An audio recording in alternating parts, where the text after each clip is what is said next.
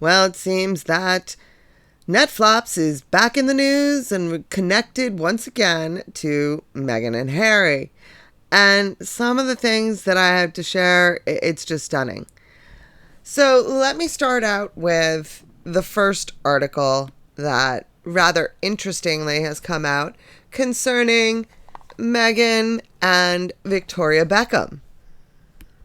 Furious, Meghan Markle feels threatened by Victoria Beckham after the singer secures her own Netflops deal. Yes, because Netflops is apparently the only streaming service in the world, and therefore they can't both be included.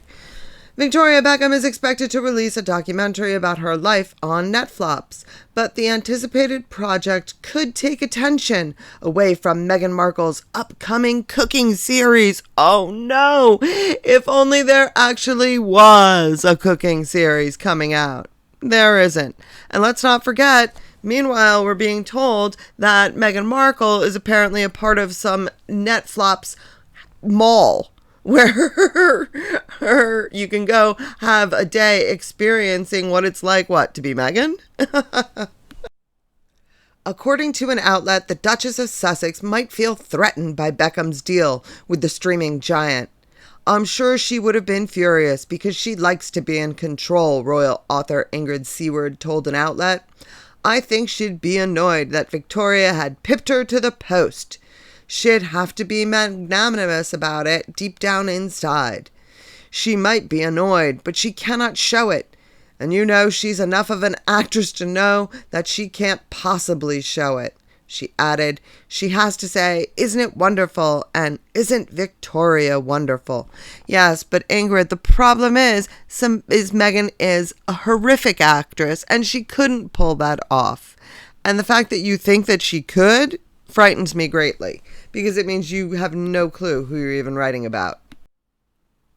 David Beckham's Netflop series brought positive attention to the British power couple, and Victoria's program could have comparable success to her husband's. I think to say anything else would be a grave error, and she knows that, Seward continued. Since when has that ever stopped Meghan from saying something she shouldn't? I mean, everything she says is a grave error. Of course she'd be annoyed, but there's absolutely nothing she can do about it because she doesn't have a hand in the scheduling of these shows. And Ingrid Seward is neglecting to mention no one cares what Meghan thinks anymore. Meghan saying, I want to go first is not going to make any difference to them. Exactly. I think Meghan has to see it as maybe Victoria paving the way for her. Meghan and Prince Harry's tell-all documentary, Harry and Meghan, broke records for the streaming giant, but their other projects failed to attract comparable audiences because no one really cares about them. They only cared about them in relation to the royal family. And beyond that, they have nothing important to say. Meghan is only really interesting to the world when she's with Harry, and this is without Harry. So she's got to make this show very personal for people to be interested. She's got to keep relating back to her children and to Harry and her life since Harry, not before, she added. I don't think that's going to make a difference.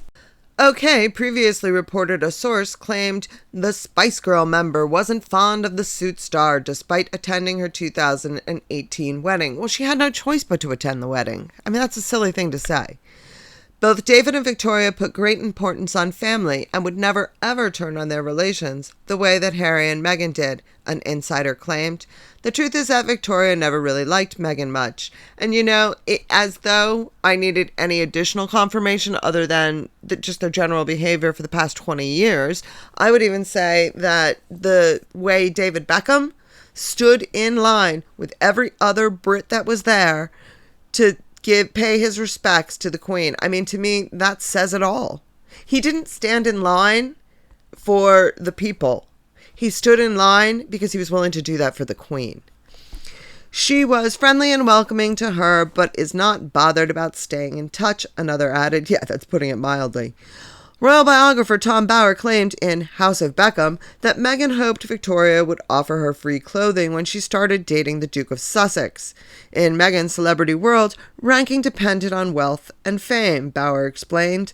As a seasoned operator, Meghan deluded herself that her status in the royal family placed her above Victoria in the social pecking order. Any making up now is so unlikely. Inexplicably, Meghan feared Victoria was behind it. I mean, the idea that Victoria Beckham would be personally ringing journalists to give them a scoop is ridiculous, and spoke to Harry about it, the source spilled. The fact that Meghan would have went to Harry about it, that right there is another additional problem. I don't understand what she was thinking in doing that either. Aside from Bauer's book, rumors continue to swirl that the Beckhams and Sussexes had a falling out. It's no secret that Victoria and David's documentary was more popular than Meghan and Harry's. This helped them, especially Victoria, win over a lot of people, a source told an outlet. Now that David is in with King Charles, plus the fact that they are on good terms with Catherine and William, it puts all the rumors about her allegedly leaking stories to the press behind her. But more than that, I mean, it has to be noted that it's not just that Victoria got her side of the story out. Victoria is a very likable person. I mean, it comes out, and it came out in the documentary that they did for Netflops. And it was so clear that she was a likable person that's why people quote unquote, took Victoria's side. It focuses on her and David's relationship with the royal family positively, the source added. She even sees this as his way to get a knighthood and become Sir David Beckham. I think that's going to happen regardless of what Victoria does, but that's just my opinion. Well, Victoria would become Lady Beckham. Seward spoke to The Sun. Geo News reported on Meghan feeling threatened. So here's my question, Ingrid. Are you trying to say that to sour any potential forthcoming or future knighthood that David Beckham may get?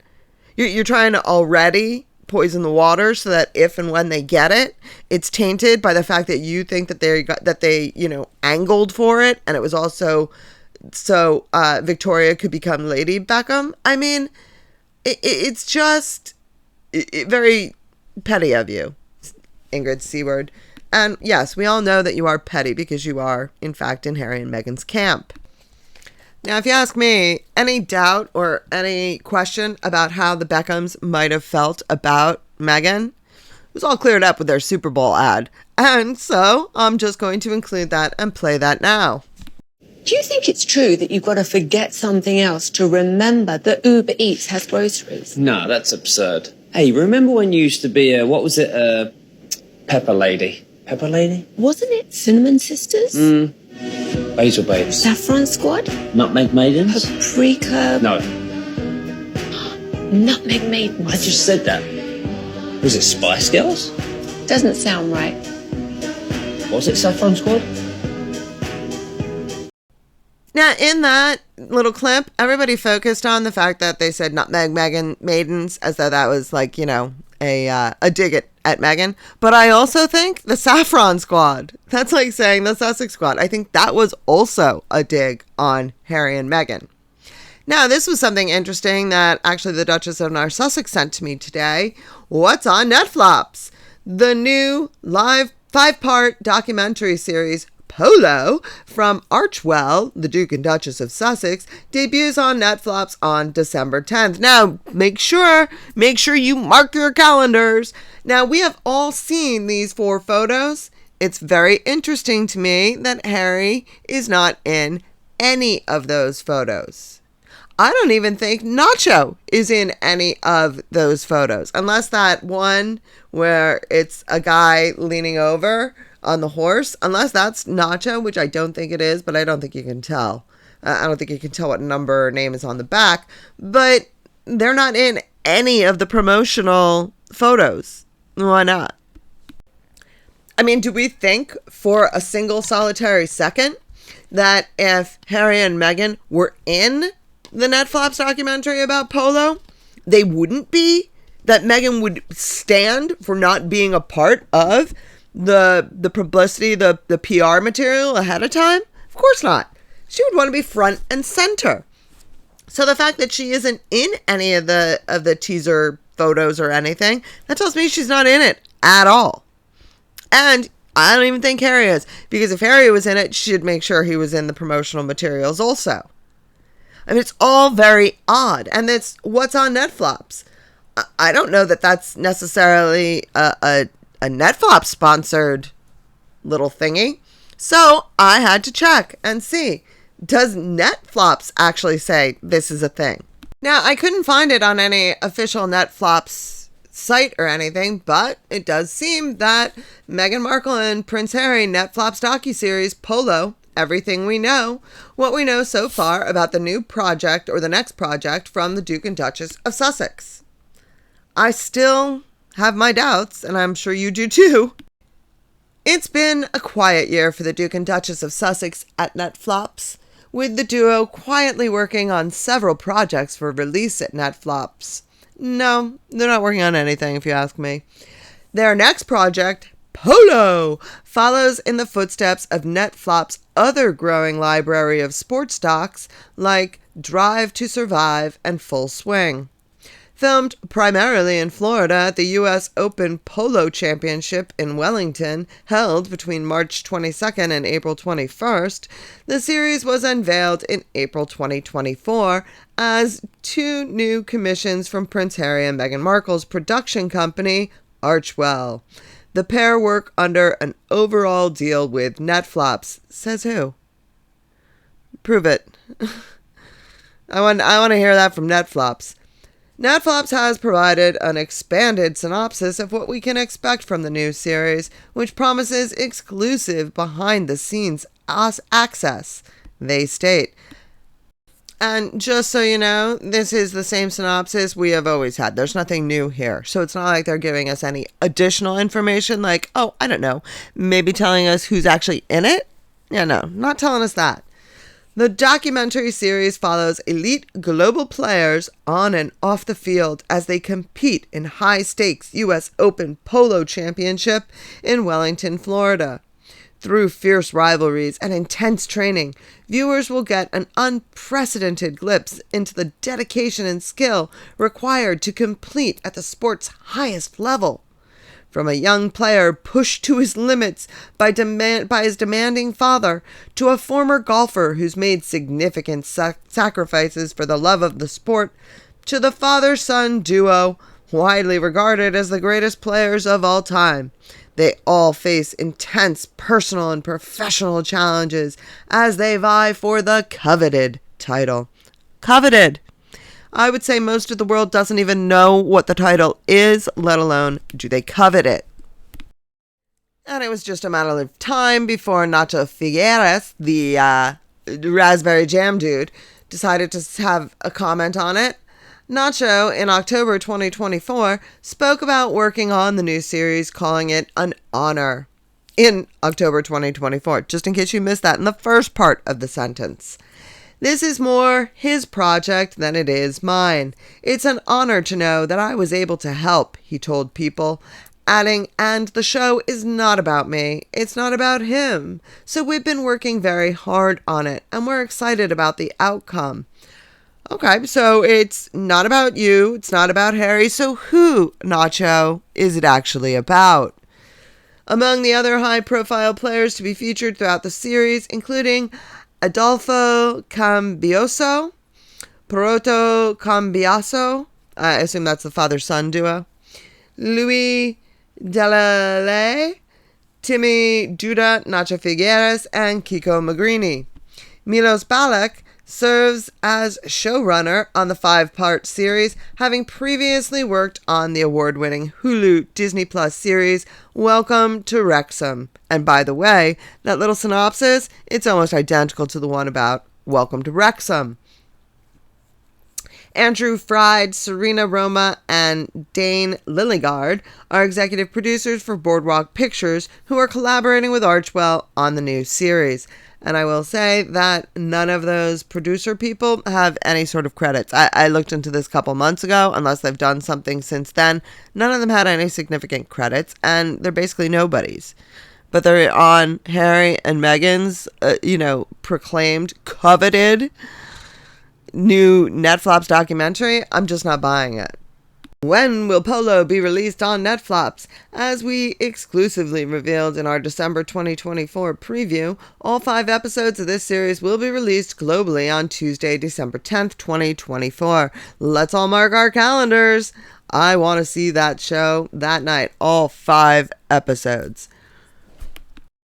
What else is Prince Harry and Meghan Markle working on next for Netflops? To date, this is the third major project from Archwell Productions, with more on the way. Their other titles include the highly publicized Harry and Meghan documentary series that, over the course of several weeks, wasn't it over 2 weeks, lifted the lid on the couple's relationship. That was followed up a few weeks later with 7-episode documentary limited series called Live to Lead, presented by the Duke and Duchess of Sussex, which interviews and profiled high-profile figures like Ruth Bader Ginsburg, Greta Thunberg, and Gloria Steinem, which, by the way, was something that was already filmed. They just added like little bits and pieces to it. That wasn't originally their project.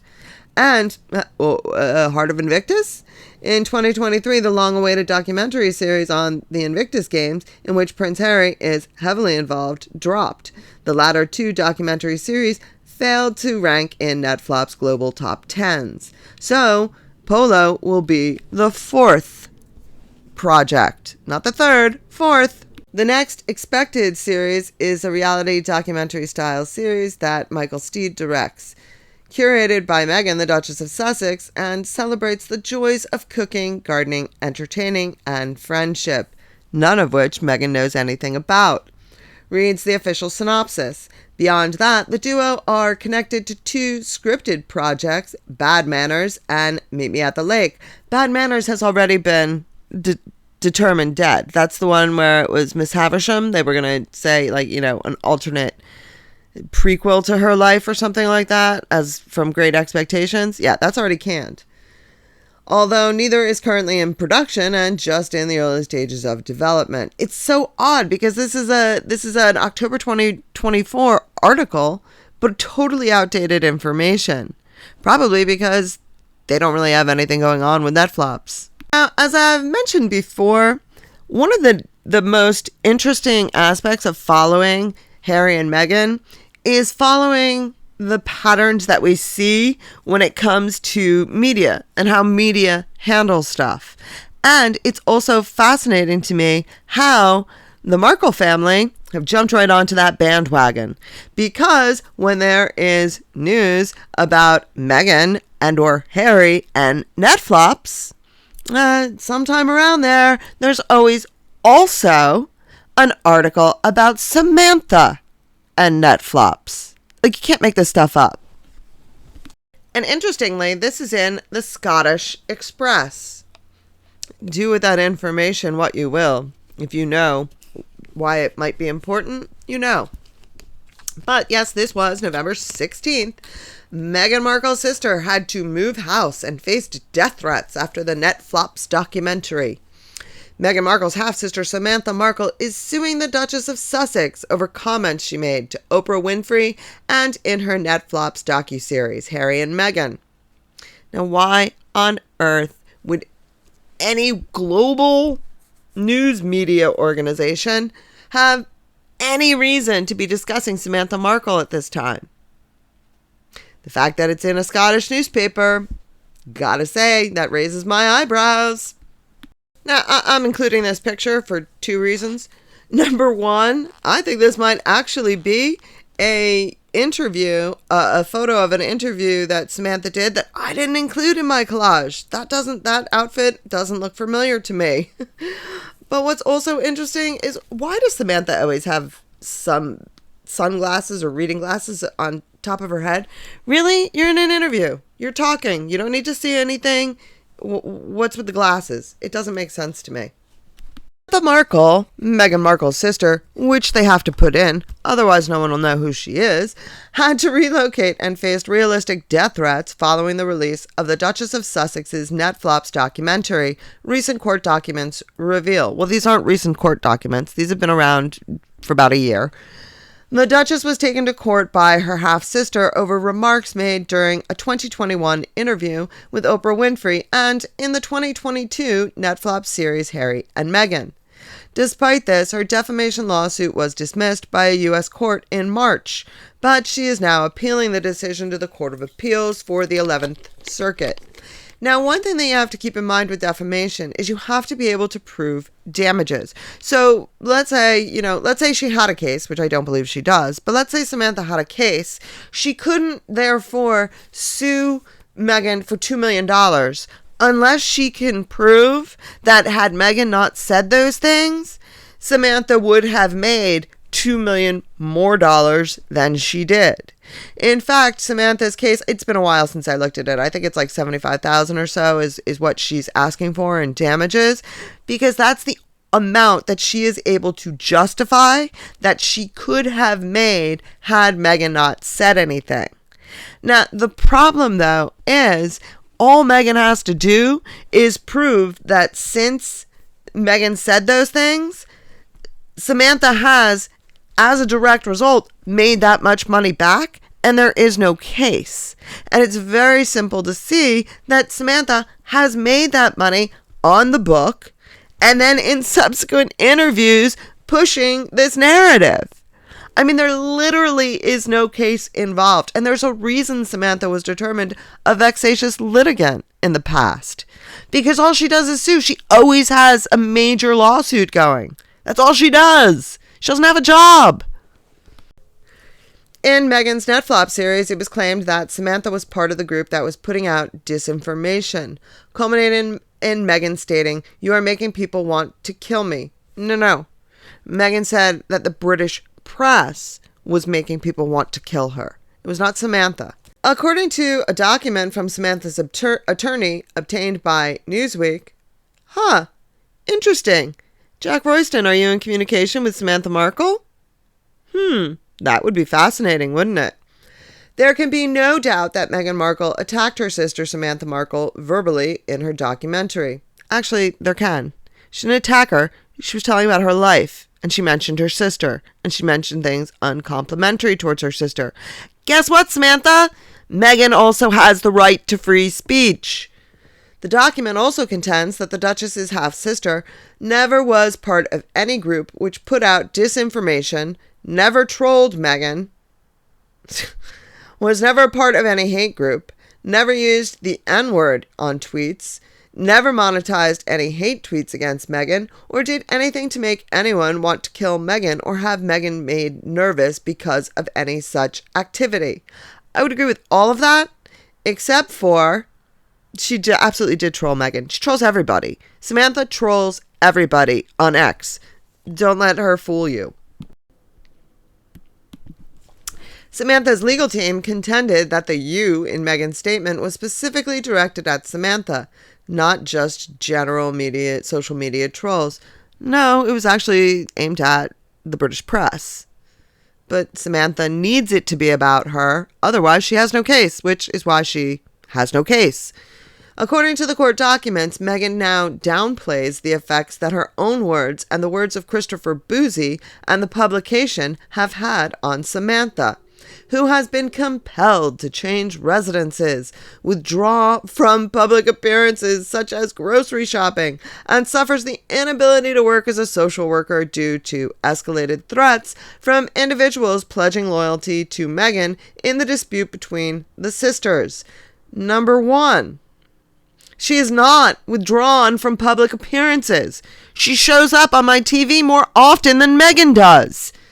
As for change residences, as I said, she moves every other couple years. Why should it be different now? Why now can she blame Meghan when before it was just because she just liked to move a lot? And as for the inability to work as a social worker, all Meghan has to do is show the tweets Samantha has put out, and no one would believe for a second it is Meghan's fault that Samantha can't work as a social worker. Why would anyone want someone so nasty as a social worker?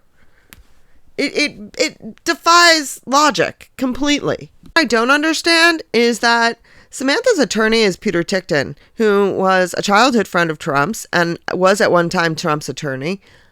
He doesn't need this. He doesn't need this like as any sort of crowning glory on his career. He's getting older. He should be retired. But I don't really understand why he would want to be involved in this. There's something there that I don't understand. So that's all I got for you today. I did consider looking closer into what I think it's Reid Hoffman. I'm kind of holding back on that. I have a feeling that a lot of the stuff that's coming out with the Diddy tapes and whatnot and the Diddy trials, it's going to negate anything that we might find out now and be far juicier. So I'm just going to hold off on that for a little bit longer. But thank you very much for listening. I look forward to hearing your thoughts down in the comments. I hope we are all still dancing in the rain.